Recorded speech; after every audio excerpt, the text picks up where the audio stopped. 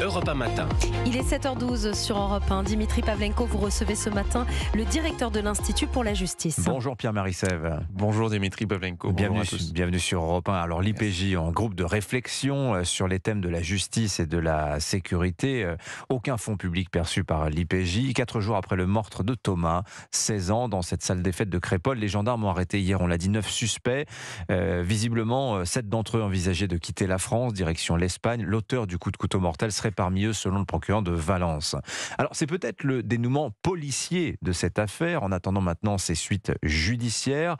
Ce dont on va parler avec vous ce matin, c'est d'abord le bruit médiatique qu'a déclenché cette affaire de Crépol, qui nous touche beaucoup, les Français. Médiatiquement, ça a eu un énorme retentissement. D'après vous, pourquoi, Pierre-Marie Sève ? Qu'est-ce qui nous parle dans cette affaire de Crépol ? Alors je pense pour plusieurs raisons. Moi, il y a une raison, la première que je vois, c'est la localisation. C'est que ça a touché une fête de village. C'était le bal d'hiver à Crépol. Les bals d'hiver, dans l'inconscient collectif français, c'est les endroits où il ne se passe rien de grave, où on ne peut avoir que de la légèreté. Et c'est le petit bonheur du quotidien auquel tout le monde tient. Après, des bagarres de fête de village, ça a toujours existé, oui, ceci dit, Pierre-Marie Sève. Mais là, on a passé un palier dans le sens où, enfin, moi, je ne sais pas si vous l'avez vu, le reportage de cette dame, le témoignage de cette dame qui dit on ne va pas avec des fêtes à une fête avec des couteaux de boucher, des couteaux de cuisine. On l'a entendu il y a quelques minutes sur Europe 1, tout à fait. Ouais, je pense que on n'est pas dans une bagarre classique de fête de village. D'ailleurs, il y avait aussi des témoins sur place qui l'ont dit, que oui, ça arrive régulièrement des bagarres à la fin des fêtes de village, mais là c'était différent. Là, c'était des gens qui étaient venus en découdre et qui étaient venus pour tuer, pour poignarder, pour frapper, pour faire du mal, et qui ont tué, qui ont blessé 20 personnes. C'est quand même pareil, ce même témoignage qui dit qu'il y a des flaques de sang dans toute la salle des fêtes.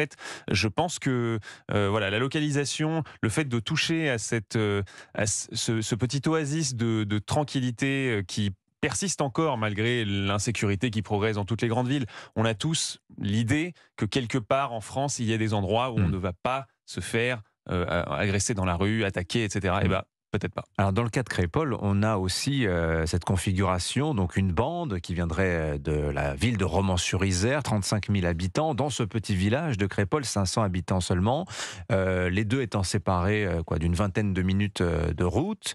Le lycéen Thomas, qui est mort, 16 ans, alors il était scolarisé dans un lycée à Romans-sur-Isère, mais il y a cette image d'un débordement, d'une violence urbaine sur la campagne également, Pierre-Marie Sève. Oui, et je pense que c'est vrai. Je pense que désormais, toutes les zones rurales ou pas qui sont situées à une trentaine de minutes de voiture d'une zone urbaine sont potentiellement des cibles. Et à une trentaine de minutes de voiture, typiquement à Crépol, on est au milieu des champs. Quand on regarde les photos, c'est au milieu des champs, des collines, on est déjà dans les massifs montagneux de la région.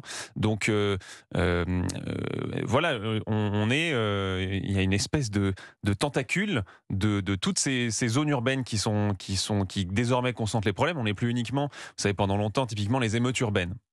Pendant très longtemps, les émeutes urbaines, c'était la région lyonnaise et la région parisienne, surtout la région lyonnaise. Aujourd'hui, on l'a vu pendant les émeutes de juillet dernier, ça touche beaucoup de petites villes. 500 villes ont été touchées, oui. Absolument, donc c'est énorme. Et de ces petites villes-là, vous habitez à 30 minutes de ces petites villes-là, et vous êtes potentiellement touché par des prédateurs, des criminels quelconques qui peuvent venir. Est-ce qu'on est dans un désert sécuritaire quand on parle de Crépol ? Certains témoins ont dit les policiers gendarmes ont mis presque 2 heures à arriver.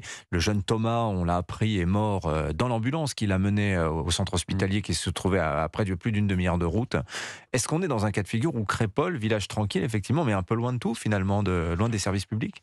Oui, alors je ne sais pas si on pourrait parler de désert sécuritaire. J'avais lu une note il y a quelques années, il y a quelques mois, intéressante du service statistique du ministère de l'Intérieur qui disait que 95% de la population française vit à moins de 14 minutes de trajet d'un commissariat ou d'une brigade de gendarmerie. Alors tout le problème, c'est que ça c'est en temps normal. Le week-end, c'est moins. Un samedi à 2h du matin, oui. Voilà, c'est pas évident que la brigade soit pleine. Absolument. De là à dire qu'on vit dans un désert sécuritaire, un autre exemple, cette même note nous disait que le taux d'équipement pour 100 000 habitants était bien plus élevé dans les bourgs ruraux en tout cas dans les petites villes ou dans les bourgs ruraux, que dans les grandes villes. Ce qui est aussi logique. On a plus d'habitants dans les grandes villes, il y a moins besoin de brigades en termes de mètres carrés. Mais donc je ne parlerai pas de désert sécuritaire. Ce qui est sûr, c'est que entre 2007 et 2016, on a 500 brigades de gendarmerie qui ont fermé sur le territoire.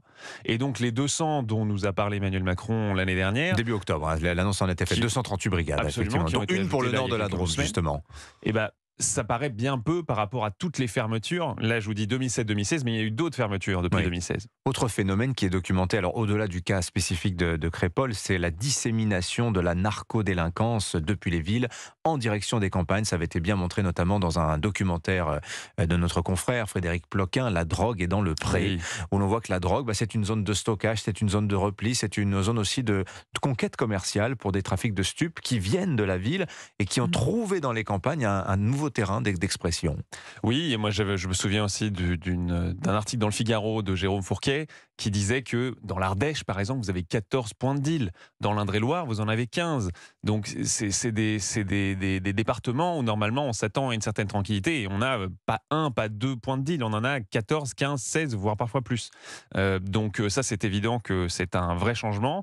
Et sur la nouvelle arrivée de la drogue dans les campagnes, vous l'avez cité, notamment les méthamphétamines, on a tout ce qui est cette mode américaine aussi du fentanyl et des opioïdes de manière générale, donc l'héroïne, tous les dérivés des opioïdes dont l'héroïne, qui touchent particulièrement la campagne, les campagnes pauvres, qui sont des territoires où vivent des gens vulnérables, avec des bassins d'emploi pas toujours très remplis, et donc oui, c'est une nouvelle donne évidente et qui permet de voir une fois de plus que l'insécurité touche les grandes villes, mais tout le territoire. Merci beaucoup Pierre-Marie Sèvres, le directeur de l'Institut pour la justice. C'était l'invité d'Europe 1 Matin. Bonne journée à vous.